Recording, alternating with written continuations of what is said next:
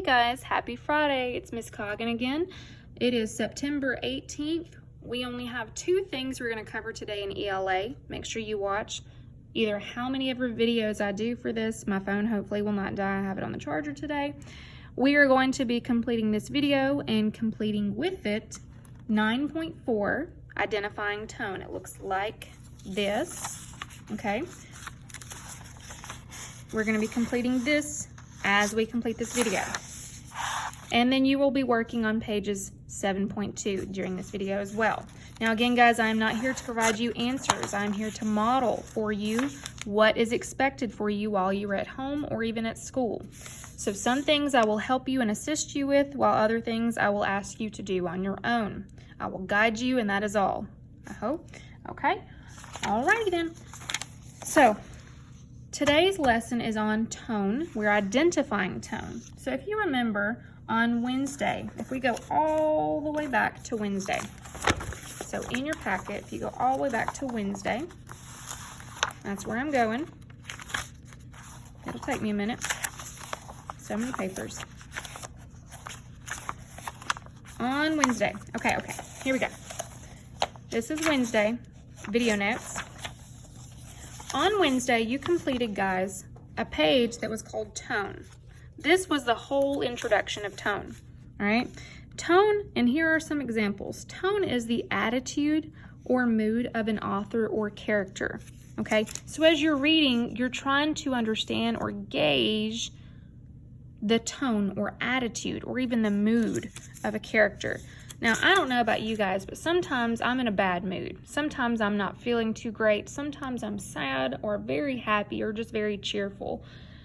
We all have moods, and when we read passages, we kind of can gauge the moods of the author, okay? And that's what we're going to be practicing again today. Some examples of tones are positive. So these are positive tones: joyful, hopeful, compassionate. These are negative tones. These are not what we really want to be around or really see every day. Angry, sorrowful, which is like sad, cruel, which is kind of like evil or mean.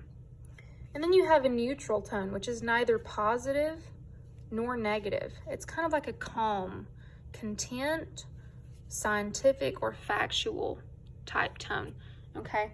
So most people are usually content. They're not happy, they're not negative, they're not sad or anything. They're just meh.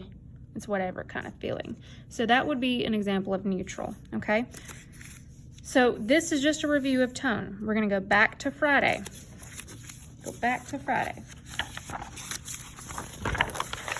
All right. So when we're identifying tone, we're thinking about the attitude or mood of the character or author that we are reading, okay? So keep that in your mind. I am turning to page 9.4, which is also known as 107. All right, as I read these passages, guys, I'm gonna read it and I want you to think about what the tone may be. Is it positive? Is it negative? Is it neutral? Okay, remember I said neutral could be content. Cruel would be like negative. Scientific would be neutral. Unhappy would be negative, okay? So it says, choose the tone that most closely matches the passage that we read for each question. Now I'm gonna read and I'm gonna model number 1 for you. All right, I'm gonna model number thinking. I'm gonna model my thinking for you for number 1. And then we're just gonna go through each number, and I want you to try and think about these with my guidance on your own, okay? All right, let's begin. So we have number 1. I was glad that I did not live in slavery times, but I knew that conditions of life for my family and me were in some ways not much better than during slavery. Rosa Parks. Okay. I was glad that I did not live in slavery times, but I knew that conditions of life for me and my family were in some ways not much better than during slavery. I'm reading it twice because I'm trying to understand the mood of Rosa Parks. I'm trying to understand how she's feeling. When I read this, how did you feel? Did you feel calm? Did you feel content? Did you feel cruel, like angry, mad? Did you feel scientific, which is another word for neutral, like you're neither positive nor negative? Did you feel unhappy?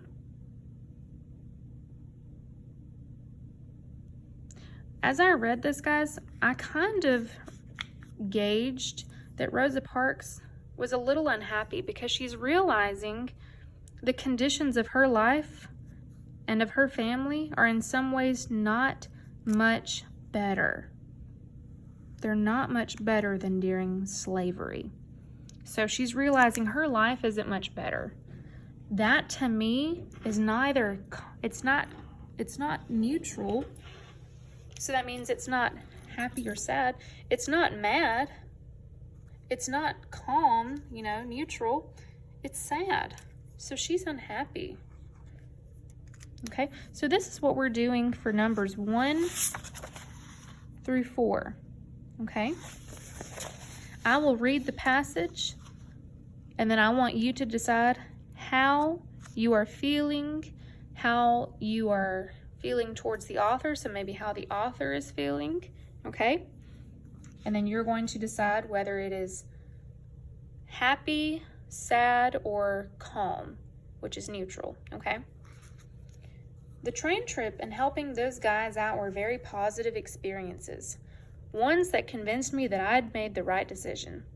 I could survive away from home. I knew I could survive in the big city. Bertie Bowman. Okay, so the train trip and helping those guys out were very what? Positive experiences, right? So just by reading that, I can already gauge the mood of the author, how he's feeling. I can understand how he's feeling by reading words such as this, and I know exactly how to read it and in what tone to read it in. I can identify the tone so that I could read it in the correct manner. Tell me, is this confident? Is this hopeless? Is this calm? Is this nervous?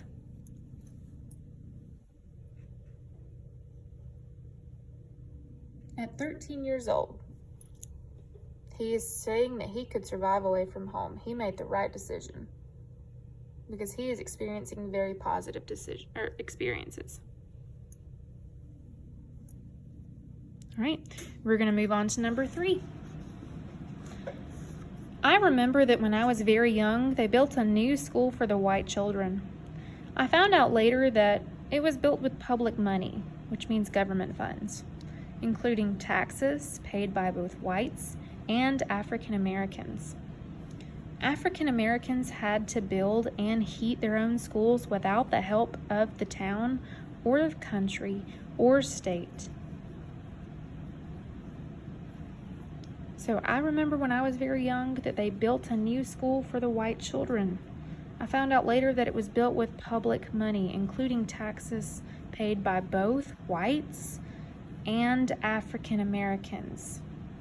African Americans had to build and heat their own schools without the help of town, country, or state. Just by reading that sentence, what mood can you identify? What tone can you identify from Rosa Parks? Is it nervous? Disapproving? Optimistic? Confused? Now, a couple of these are big words. I'm going to break them down just a little bit further.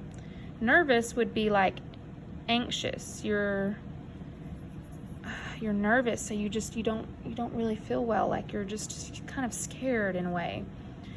Disapproving, meaning you don't really approve of it. It doesn't sound right to you. Optimistic means you're hopeful. Confused, we all know what that means. You decide.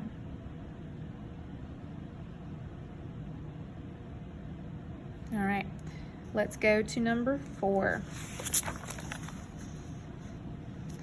I knew I would like it here, with its opportunities. I knew I could do a lot of growing up here and mature into quite a man. Bertie Bowman. Is this optimistic, meaning he's hopeful? Hopeless, meaning he has no hope. Silly, all of you know what that means. Timid, meaning he's scared. I knew I would like it here with its opportunities. I knew I could do a lot of growing up here and mature into quite a man. So this sentence alone pretty much tells me the tone of Bertie Bowman's passage. I knew I would like it here with its opportunities. What tone can you gauge from reading this? All right, let's look at B. It says below are 2 paragraphs, the first from Rosa Parks' My Story, and the second from Bertie Bowman's Step by Step. Read the paragraphs, thinking about the tone of each one. Underline words or phrases that help you show the tone. Oh, we've been practicing that this whole time. Oops. Then answer the questions. This is from Rosa Parks' My Story. So we're underlining. Oh, my phone's about to die again. Let me turn that computer back on. There we go. See, I got my cord plugged into the computer so it doesn't die. There we go. Okay. So we're reading, and as we're reading, we're looking for the tone in phrases or even words, okay? Same thing that we've been doing this whole time, except now we have more to read. It was up to the bus drivers. If they chose to adjust the heating in the middle 16 seats, they carried guns and had what they called police power to rearrange the seating and enforce all other rules of segregation on the buses. Some bus drivers were meaner than others. Not all of them were hateful, but segregation itself is vicious. And to my mind, there was no way you could make segregation decent or nice or acceptable. Okay, we're going to read that one more time. And as we read it a second time, we're going to underline. So we're going to pause and think, okay?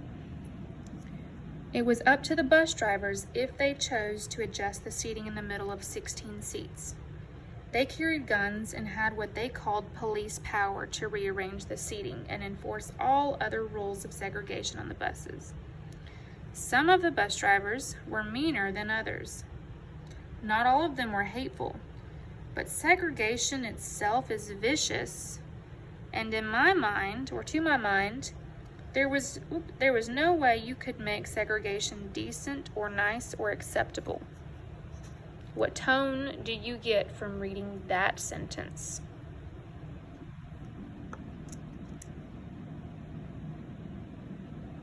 I don't know about you, but just from reading this sentence alone, I'm kind of gathering that she's not happy. And who can blame her? I wouldn't be happy. So she says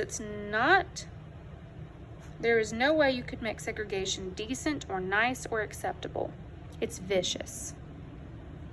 She is not happy. So we're going to put not or unhappy. Boop, boop, boop.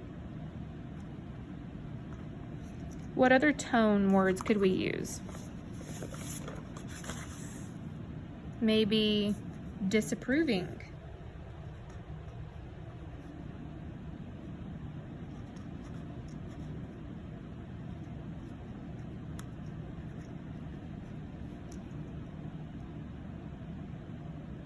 Okay, so unhappy, disapproving, that's kind of what I'm gathering in her tone from that one sentence. She's not happy with it, clearly, and she does not approve of it. She wants to change it. She does not want to keep it the same. Okay, so now let's read Bertie Bowman step by step, and let's do the exact same thing. We're going to look for at least 2 tones. Okay? Later, after I had eaten my lunch of ham and bacon sandwiched between biscuits, I helped out in the kitchen cleaning off the tables, and they rewarded me by giving me a free dinner. I took the dinner back to my seat in the segregated car where all of the colored passengers ate food that they had brought with them. In that time, we could not go on to the train without taking our own food and drink, because we could not buy anything in the dining car. That was only for white people. The training trip and helping those guys out were very positive experiences, ones that convinced me that I'd made the right decision. Okay, so we're going to read it one more time, just like we did in the first paragraph. And as we read it now, we're going to look for sentences that kind of help us to determine the mood, the tone, all right? Later, after I had eaten my lunch of ham and bacon sandwiched biscuits, I helped out in the kitchen cleaning off the tables, and they rewarded me by giving me a free dinner. I took the dinner back to my seat in the segregated car where all of the colored passengers ate food that they had brought with them. In that time, we could not go on to the train without taking our own food and drink, because we could not buy anything in the dining car. That was only for white people. What was only for white people? So in that time, we could not go onto the train without taking our own food and drink because we could not buy anything or any in the dining car. That was only for white people. In this sentence alone, I can kind of gauge, I can kind of determine or identify his tone. What tone can you identify from reading that sentence?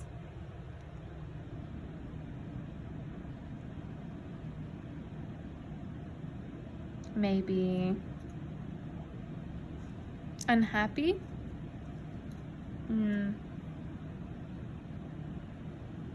Maybe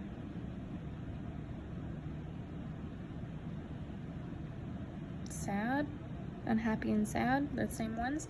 In that time, we could not go to the train without taking our own drink because we could not buy in the dining car. That was only for white people. So discontent, possibly. That's the opposite of content. He's not happy.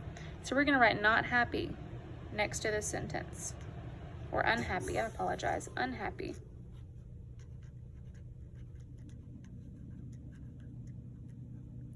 Now I'm going to keep reading because that's just one sentence. The train trip helping those guys out were very positive experiences. Ones that convinced me that I had made the right decision. So very positive experiences. Right here, I'm kind of getting the tone that he's very optimistic. He's very hopeful. Okay? So he's kind of hopeful about his future. So we're going to write optimistic.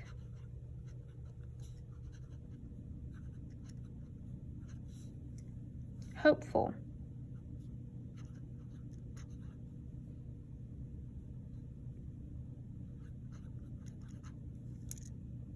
Okay. All right. Now on the back of our paper, you have numbers 1 through 3. It says, what mode of transportation is described in my story? How about in step by step? So what mode of transportation is being described in Rosa Parks' story? So what does Rosa Parks ride on in her story? What transportation is she riding on in the story? We're going to go back and use our highlighter. We'll read it one more time. Oop. It was up to the bus drivers. If they chose to adjust the seating in the middle of 16 seats, they carried guns and had what they called police power to rearrange the seating and enforce all other rules of segregation on the buses. What was she writing? Buses. So it was up to the buses.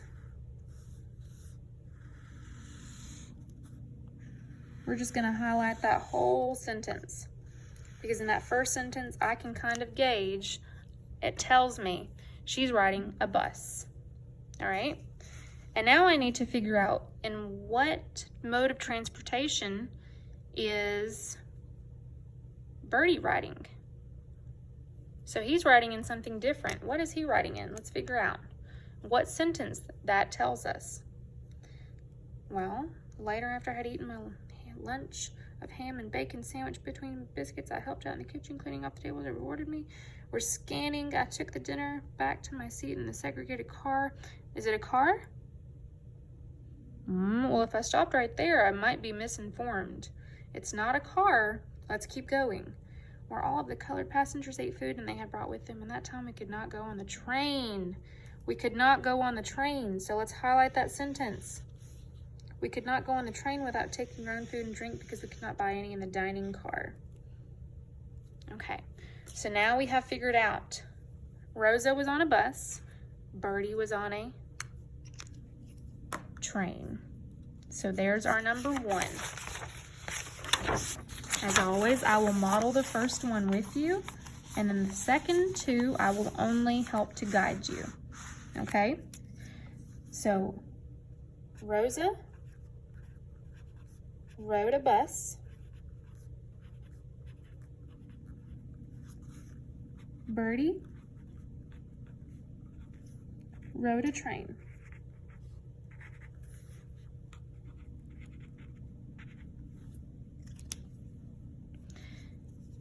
All right, what is similar about the 2 situations being described?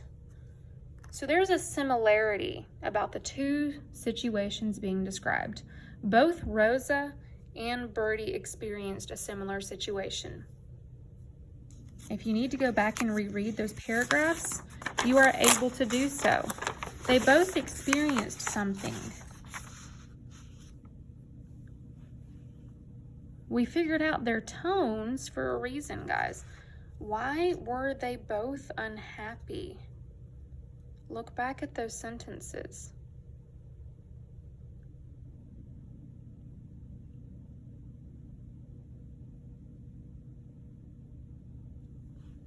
Well, if I'm really trying to figure out why Birdie's unhappy, I'm gonna have to look a sentence further.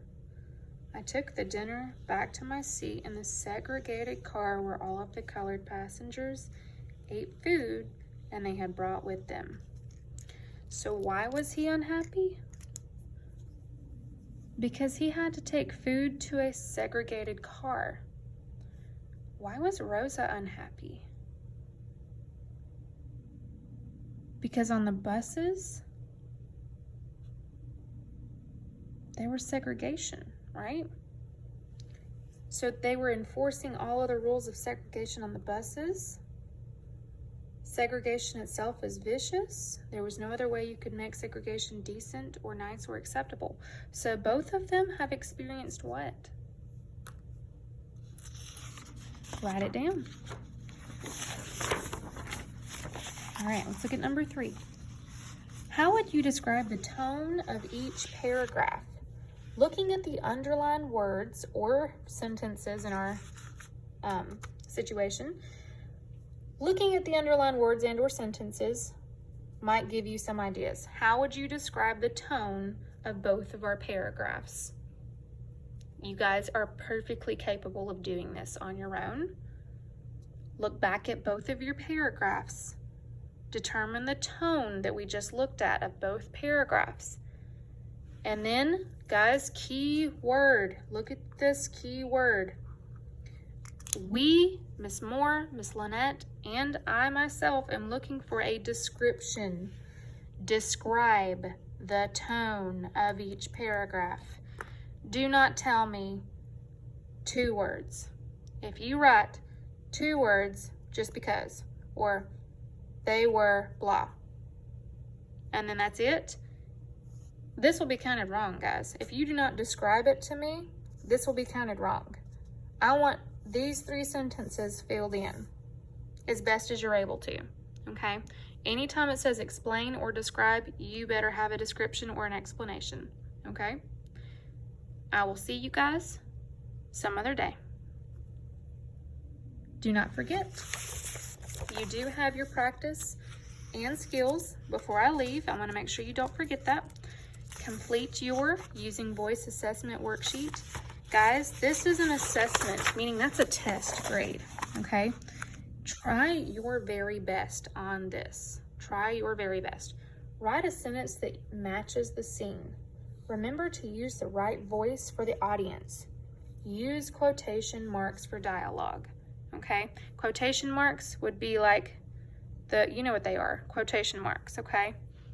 Use quotation marks for dialogue. So for example, it says, tell your mom you finished sweeping the kitchen floor. Tell me exactly how you would tell your mom that you finished sweeping the kitchen floor. So write it in dialogue. Does that make sense? Okay, I'm gonna leave you to it. You have one last thing. Do not forget to do your word collecting. You must complete this. We always check every week. And a lot of you are skipping this. This is important. It is a daily grade every single day. Every day. This is an easy 100 if you complete it. Every day, okay? I'll see you guys whenever I see you again. Have a great weekend.